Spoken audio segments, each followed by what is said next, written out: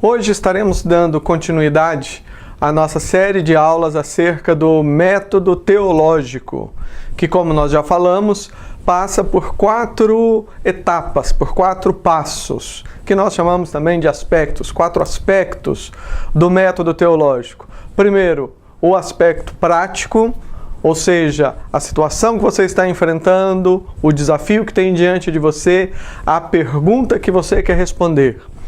Segundo, nós temos o aspecto racional, que envolve não o uso da lógica de Aristóteles, mas envolve sim o uso da cultura. Quando, usando os mecanismos da cultura, da observação, nós vamos procurar compreender melhor aquele problema, aquela situação que está requerendo de nós uma pergunta. Vimos também o aspecto reprodutivo, enfatizando o aspecto reprodutivo no que diz respeito a leituras científicas, e ali o que nós quisemos enfatizar é que mesmo autores que de repente nada tem a ver com a teologia e que ainda, quem sabe, alguns nem tiveram a feliz experiência de encontrar-se com Jesus, mesmo aquilo que esses autores e cientistas produzem pode nos ser útil à medida em que nós estamos querendo entender melhor o mundo à nossa volta. Foi quando nós falamos da graça comum, né? A graça comum é essa bênção que vem sobre todo ser humano. E através da graça comum aqui nós temos isso. Ou seja, Deus ele é tão bondoso que ele derrama a sua graça até mesmo sobre um cientista ateu. E às vezes esse cientista, quando está pesquisando um determinado assunto, ele consegue enxergar aspectos que são importantes para nós.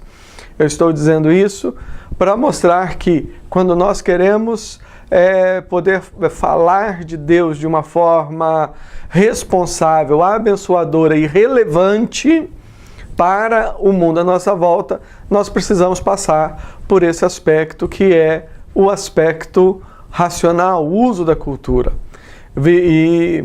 Ou melhor dizendo, o aspecto reprodutivo. Aspecto reprodutivo, o uso da cultura e também a leitura científica da qual estamos falando, são aspectos que estão entrelaçados. Mas vimos então o aspecto reprodutivo, que envolve essa leitura científica que nós falamos, mas também a leitura teológica. E aqui está uma questão de sabedoria e de humildade. Porque a palavra de Deus, a Bíblia Sagrada, nos ensina que é na multidão dos conselheiros que está a sabedoria. E então, quando nós nos damos conta de que nós não somos a primeira expressão da igreja, na verdade, nós cremos que possivelmente já somos a última geração antes da volta gloriosa de Jesus, então nós precisamos ouvir o que as pessoas que viveram antes de nós falaram.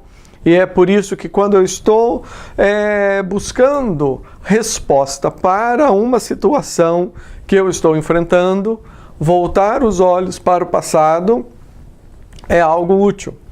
E nós, na última aula, nós apresentamos a importância de alguns documentos, alguns credos, confissões de fé que foram produzidos especialmente no período da Reforma e da chamada pós-reforma, né? Ou seja, no século seguinte da Reforma Protestante. Esse período das confissões, né, das confissões de fé, onde assembleias, onde grupos procuraram colocar no papel, de uma forma organizada, a sua fé, a sua teologia, esses documentos para nós são preciosos. Não que nós façamos deles uma regra de fé e prática, porque como nós vimos na aula anterior, até eles próprios, como é o caso da Confissão de Fé de Westminster, ela própria diz que todo concílio está sujeito a enganos. Então, em momento nenhum, ao apresentarmos uma confissão de fé, nós estamos falando que, olha, isso aqui é regra de fé e prática. Não, não. Regra de fé e prática é a Bíblia. Só que esses documentos nos ajudam em muito, porque eles nos ajudam a entender o que a igreja pensou sobre assuntos importantes, como a natureza, as duas naturezas de Cristo, salvação, quem é Deus, Trindade. Esses documentos e esses irmãos do passado fizeram o favor. Deus os usou para nos abençoar, fazendo como que um resumo, uma síntese desse pensamento cristão.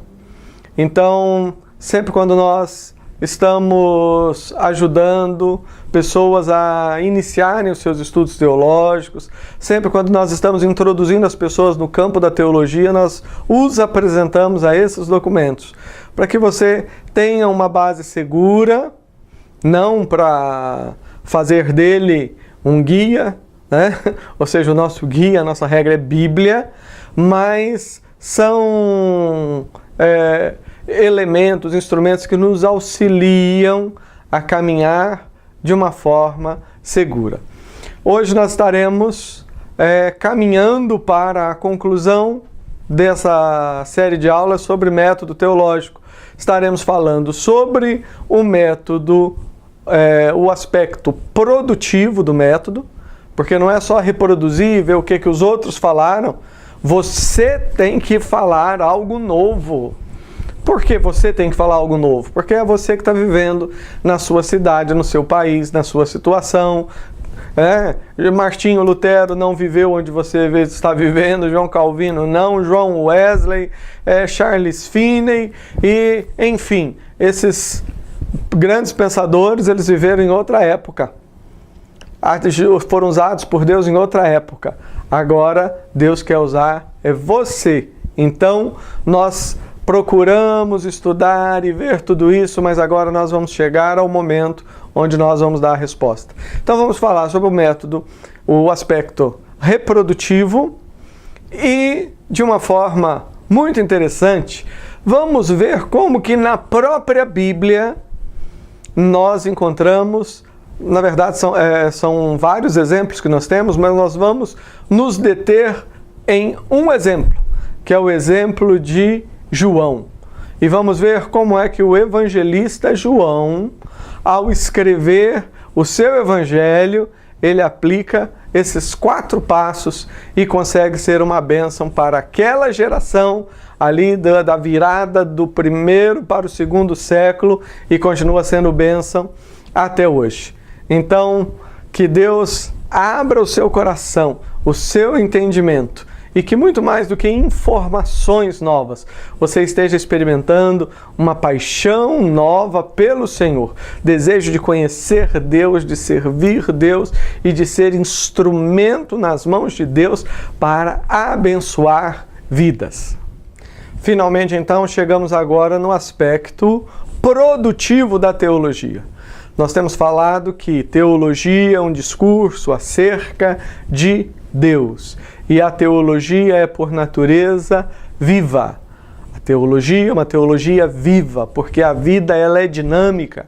Deus é um Deus dinâmico. As coisas acontecem, os dias mudam, situações novas surgem. A todo dia, a cada novo dia, nós estamos sendo desafiados a falar de Deus para as pessoas, mas falar de Deus de uma forma relevante, falar do Evangelho de uma forma relevante. Nós fomos colocados aqui para sermos testemunhas usadas pelo Pai para abençoar e abraçar as pessoas através da mensagem. Então, você poderia fazer todo aquele trajeto. Vamos imaginar, você está com um problema, a sua cidade tem um problema, seja o problema da fome, da violência, seja qual problema que for, tem um problema, precisa ser resolvido. E de repente você vai, Deus toca no seu coração, você vê a situação e você quer realmente ser usado pelo Senhor e se dispõe a caminhar. Você usa os elementos da cultura, você procura conhecer bem o problema para entender. Não adianta querer dar a resposta para um problema que você não entende. Não, você fez, você entendeu. Aí você começa a pesquisar Você vai ler, vai ver se alguém mais está estudando a mesma situação, se alguém mais está pesquisando acerca do mesmo tema. Você se dispõe, você vai ao encontro do conhecimento já produzido e lê livros científicos e, dependendo a área, dependendo do problema, você vai ler livro de sociologia, dependendo você vai estudar um pouco de psicologia, dependendo você vai fazer outras pesquisas. Você fez todo esse caminho. Aí, como nós fomos chamados para falar a respeito de Deus de uma forma responsável, e a palavra de Deus nos diz que aquele que ensina, esmere-se em fazê-lo. O que você já fez? Então, ao invés de simplesmente ficar com isso e já querer dar uma resposta, não. Você gasta tempo, você vai ler a Bíblia, e não só a Bíblia, mas você vai ler o que os outros homens de Deus, outras pessoas que usadas por Deus para fazer grandes obras no seu tempo, o que eles falaram, o que eles abordaram sobre esse assunto, sobre aquele, e você já fez tudo isso. Mas se você parar por aí, não adiantou nada. Não adiantou nada. Se você passar pelo primeiro passo, prático, passar pelo segundo, racional, uso da cultura, passar pelo terceiro, reprodutivo, mas ficou aí parado, você não chegou a lugar nenhum. Porque o grande desafio é você agora, depois de ter entendido, se alimentado, buscado, clamado a Deus também, ou evidentemente é o Espírito Santo através de você que vai ajudar você a fazer isso. Depois de tudo isso, então você vai produzir uma resposta. Você vai escrever alguma coisa, você vai falar alguma coisa, você vai chegar a algumas conclusões que vão ajudar você a chegar novamente no ponto de início. Lembra, o ponto de partida é a vida. É a vida, é os problemas, é as lutas do dia a dia. Então você chega de novo naquele que é o ponto inicial, e então você está em condição de dar uma resposta. Agora, um aspecto importante. Quando nós falamos em dar uma resposta para o problema, nós não estamos pensando simplesmente em escrever um artigo, um problema. Não estamos falando simplesmente em escrever escrever um livro, um artigo para o jornal. Teologia, na verdade, ela é combustível para a ação. É combustível para a ação. Então, se a sua vida foi tocada, de repente, vamos imaginar o problema da violência doméstica, a violência infantil, e você pesquisou o problema, entendeu melhor, e à luz da palavra de Deus, evidentemente, você encontrou ali tantos elementos para tratar do problema. Onde há violência doméstica, a violência contra as crianças, não é só a criança que sofre, é uma sociedade que sofre, é uma família que sofre. E você leu e você entendeu tudo aquilo. O que é que você tem na mão?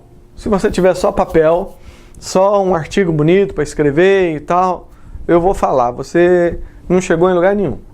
Agora, se você tem ali material que você escreveu, etc., e com base naquilo, agora você está em condição de se levantar e desafiar as pessoas que vivem ao seu redor. Desafiar a cidade, falar, olha, agora, diante de Deus, nós estamos com um problema, temos que resolver, o que nós vamos fazer? Vamos reunir, vamos formar uma comissão aqui na cidade que vai começar a lidar com esse problema. Como é que nós vamos fazer? Não tem o problema de pessoas que já foram vítimas de violência, crianças. O que nós vamos fazer primeiro para evitar que outras crianças sofram a mesma violência? O que nós vamos fazer para tratar daquelas que já sofreram? Entendeu? Entendeu? Entendeu que o aspecto produtivo e o fazer teológico não é ficar sentado lá ao redor da sua mesa, uma prateleira cheia de livros, refletindo sobre a vida, sobre as coisas. Não, meu amigo. Fazer teologia é arregaçar as mangas e estar disposto ao trabalho. Nós vivemos num mundo onde há um grande desafio. Um desafio de alcançar as crianças entre 4 a 14 anos. Esse é o maior desafio que nós temos hoje. Deixa eu repetir.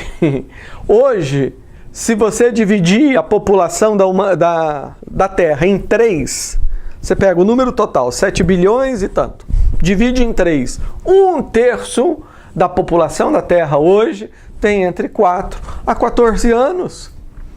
O que nós estamos fazendo para alcançar essas crianças? O que nós estamos fazendo para alcançar essas crianças? Nós precisamos, então, olhar a teologia, a reflexão teológica, como uma preparação para o trabalho. E depois, com base naquilo que Deus já nos ensinou, com base naquilo que nós já aprendemos, então nós nos dispomos a agir, nos dispomos a sair, nos dispomos a trabalhar. E então podemos fazer um discurso acerca de Deus. E isso é teologia. E fazemos esse discurso não apenas com as nossas palavras, mas fazemos com a nossa vida. Um dos mecanismos que nós usamos durante todo esse curso, você já deve ter percebido isso, evidentemente, é a questão da repetição. Nós vamos repetindo os temas e os conceitos com enfoques diferentes, em situações diferentes, para que isso fique na sua mente, certo? E é por isso que também, desde o início, nós já falamos, não se preocupe se você está iniciando e parece que é tanta informação, tanta coisa, continua caminhando, que você vai daqui a pouco perceber que a sua mente vai começar a trabalhar e você vai entender melhor essas coisas. E não só isso, porque, olha, eu não creio, e é por isso que nós estamos nesse ministério, Eternity and Grace, eu não creio que Deus despertou o seu coração para investir tempo fazendo esse curso, seja na internet, seja em classes, com monitores e através do DVD. Eu não creio que Deus, Ele despertou você para investir tempo nesse curso à toa. Não creio. Deus, Ele tem propósito na sua vida. E o grande propósito é que Deus quer mudar esse mundo, Deus quer fazer grandes coisas através de você. Deus está precisando de pessoas que conheçam a Bíblia, pessoas que conheçam melhor quem Ele é, pessoas que saibam pesquisar e estudar com profundidade, mas acima de tudo, pessoas que, à semelhança de Isaías, lá no capítulo 6, depois de ter a visão do trono, é isso que a teologia faz. A teologia nos ajuda, quando nós estamos estudando, nós conseguimos olhar e ver o trono de Deus. E então, o que o Senhor deseja é que, à medida em que nós vamos tendo essa visão da grandeza e da glória de Deus, nós nos levantemos, reconhecendo que nada somos e que tudo dependemos do Pai e da obra de Cristo a nosso favor, mas nos levantamos afirmando: Senhor, eis-me aqui, envia-me a mim. Que esse seja o desejo do seu coração, que essa seja a sua atitude, que teologia para você não seja uma coisa qualquer, mas que seja preparação para o trabalho. E com alegria você diga: Senhor, eis-me aqui, envia-me para ser uma bênção para essa geração. Vamos ver agora um excelente exemplo de como usar esse método teológico. Esse método que começa pelo aspecto prático, passa pelo uso da cultura, o aspecto racional, é reprodutivo e ao mesmo tempo produtivo. E nós vamos ver esse exemplo no Evangelho de João. Eu sei que alguém, talvez mais atento, já fale: olha, mas como que a gente vai encontrar um exemplo de fazer teologia na Bíblia? Porque Bíblia é Bíblia, teologia é teologia. Sim, Mas depois, daqui mais algumas aulas na sequência, nós vamos falar sobre a inspiração, sobre como que esse livro foi escrito. E você vai entender então que João, assim como os outros escritores, ao escrever a palavra de Deus, eles o fizeram sob a inspiração do Espírito Santo, mas fizeram de tal forma que eles utilizaram os seus recursos. Em outras palavras, ao escrever o Evangelho, os homens, só adiantando isso na verdade é matéria lá sob inspiração, quando João e os outros escritores escreveram a Bíblia, eles não foram assim igual uma caneta ou um lápis na mão de Deus e pessoas que simplesmente Deus colocou na cabeça deles o que era para ser escrito e eles foram escrevendo. Não. Foram usados com os seus talentos, o Espírito Santo os dirigiu, eles trabalharam, fizeram todo aquele trabalho e eu digo mais, alguns nem tinham a noção de que estavam escrevendo um livro sagrado. Mas eles eram apenas escritores, o grande autor é Deus. Então, com isso que eu estou dizendo aqui, quando João ele escreveu o Evangelho, Deus estava agindo nele totalmente, no seu coração, na sua mente, e João estava usando, na verdade, aquilo que ele havia aprendido do próprio Senhor Jesus Cristo, no melhor de todos os seminários, a melhor de todas as escolas teológicas que já surgiu, que foi aquela dos 12 discípulos junto de Jesus Cristo. Então, ele usou aquilo, estava cheio de Deus, mas sem ter a noção, a ideia de que naquele momento ele estava assim sendo usado para escrever um livro que teria o mesmo valor que o livro de Gênesis ou qualquer outro livro do Antigo Testamento. Mas estou apenas adiantando alguma coisa aqui, só para já aguçar, quem sabe, a sua mente, para você ficar aí também na expectativa do que nós vamos ver quando estivermos falando sobre como esse livro precioso, que é a Palavra de Deus, foi produzido. Mas eu gostaria de ler aqui com você, no primeiro capítulo de João, Evangelho de João, capítulo 1, versículo de 1 a 5, e depois eu vou ler o versículo 14. No princípio era o Verbo, e o Verbo estava com Deus, e o Verbo era Deus.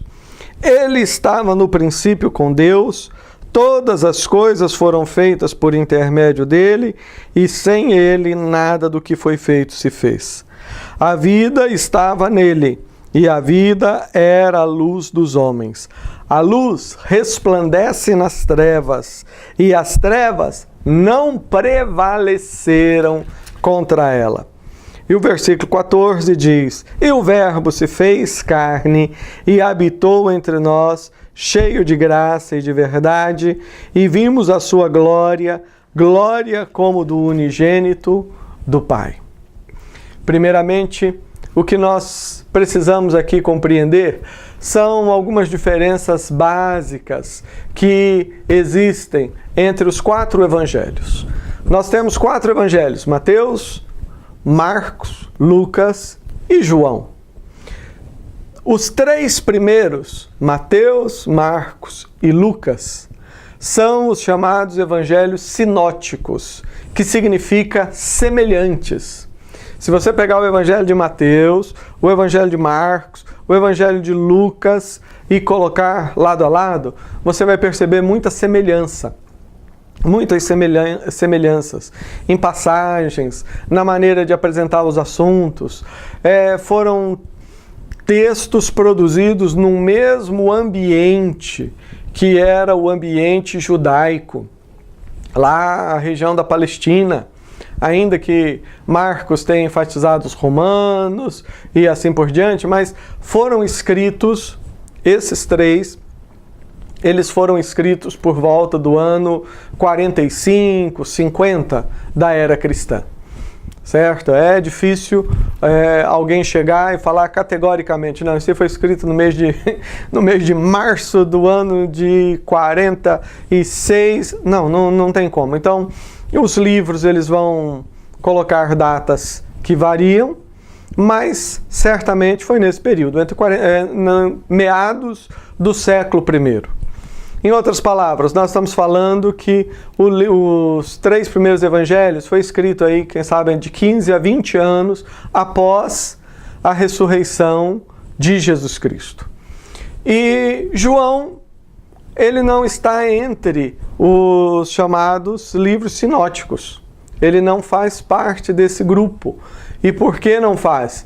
Porque João, o Evangelho de João foi escrito não no ano 45, em meados do século, mas foi escrito lá no final do século, lá já por volta do ano 90. No ano 90 da era cristã, então, nós temos João escrevendo o seu Evangelho. E João, você sabe, não escreveu apenas o Evangelho de João. Ele escreveu as 3 cartas, primeira, segunda e terceira carta de João, e o precioso livro do Apocalipse, todos esses escritos produzidos mais ou menos no período do ano 90, em épocas distintas. E nós vamos começar a ver então, à medida que nós olhamos o Evangelho de João, nós vamos encontrar esses 3 aspectos da produção teológica na vida de João. Primeiramente, você acompanhou a leitura que fizemos aqui de 1 João, e nós poderíamos fazer uma pergunta para você. Qual que é uma, pelo menos, diferença marcante entre João e Mateus? Pensa. Quais são as diferenças que há entre João e Mateus? Eu nem vou falar de Marcos e Lucas, vamos pegar só João e Mateus. Como é que Mateus, ele inicia o Evangelho?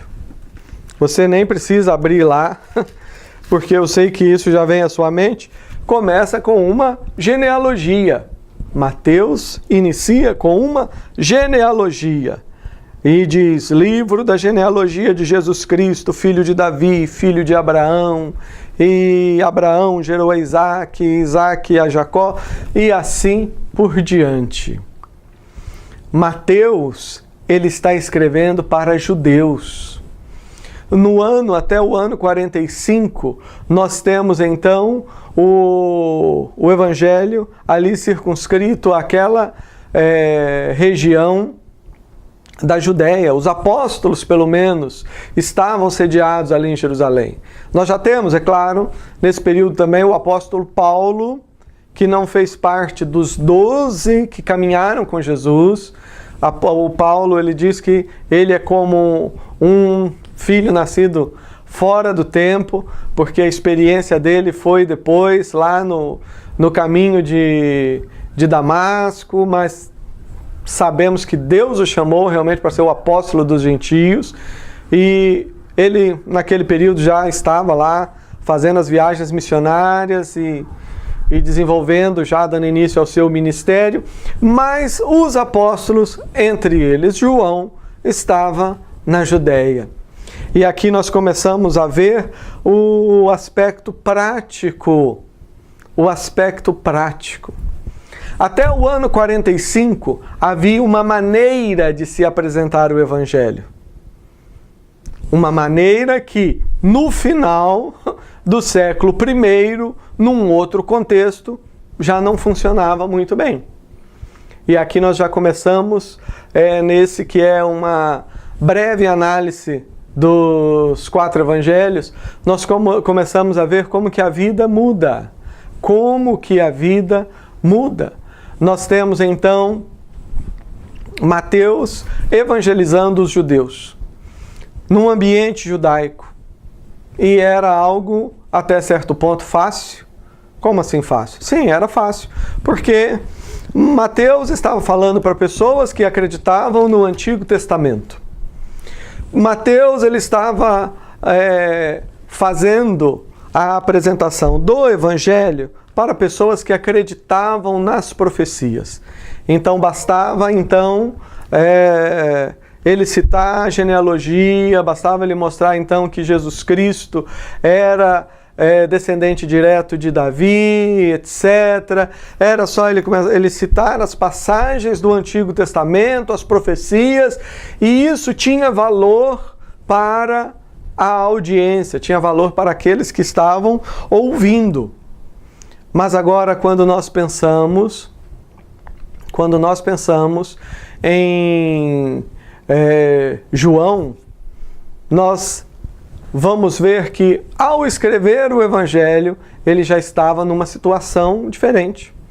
Enquanto João, presta bem atenção, nós falamos que a teologia tem que ser viva, porque a vida ela é dinâmica. Enquanto João estava tranquilo lá com os outros apóstolos, as coisas eram aparentemente fáceis. Em caso de dúvida, ele podia perguntar aos demais colegas, dava as suas opiniões. Na hora que ele saía lá pela rua, ia falar de Jesus para alguém, ele podia usar o mesmo método, né? Lembrar as pessoas das profecias, mostrar que Jesus realmente cumpriu, Jesus nasceu em Belém, a cidade de Davi, ele era da linhagem real, mostrar as passagens de Isaías, quem sabe até pegar Isaías 53 e falar, olha aqui, ó, a descrição da morte do Messias é praticamente a descrição da crucificação de Cristo, enfim. Só que, como nós já falamos, a vida, ela muda. E ela muda de uma forma, muitas vezes, abrupta. Ela muda de repente. E foi exatamente isso que aconteceu com João. E João, ele se viu então numa nova situação. Numa situação em que ele teve que desenvolver o aspecto prático, o aspecto racional, o aspecto reprodutivo, até que ele conseguiu produzir.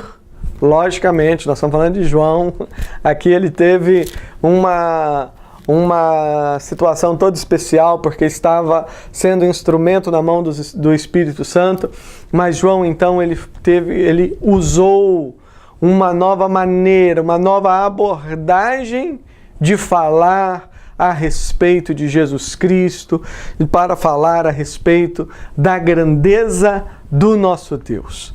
Mas isso agora nós veremos na próxima aula, onde nós estaremos vendo então João. Como é que João ele faz essa apresentação do Evangelho? E apenas uma curiosidade, João é a primeira pessoa, o evangelista João é a primeira pessoa na história da igreja que recebeu o título de teólogo. Isso lá nos primeiros concílios, né? Niceia, Constantinopla, Calcedônia, Efésios, os primeiros concílios da igreja, logo nos primeiros séculos, quando as doutrinas acerca da divindade de Cristo estavam sendo escritas e as pessoas debatendo tudo aquilo, eles se referiam e utilizaram muito o trabalho de João, porque João apresenta Jesus como Deus eterno, o Verbo que está desde o princípio com Deus. E o modo como eles se referiam a João era o teólogo. Então, na próxima aula nós estaremos verificando então e utilizando a aula para analisar a maneira de João. E vamos aprender com João, com a própria Bíblia, mas com o evangelista João, como é que nós podemos falar de Deus responsavelmente para a honra e glória do nosso Senhor. Hoje, então, nós vimos o aspecto reprodutivo, enfatizando algo que é fundamental. Enfatizando que quando nós fazemos teologia, quando nós queremos produzir esse estudo, esse discurso a respeito de Deus, o que nós queremos não é simplesmente produzir novos escritos. Não, nós estamos querendo entender a vida à nossa volta, entender o que Deus deseja falar para a nossa geração e usar isso como base, como fundamento para as nossas ações, para as nossas atitudes.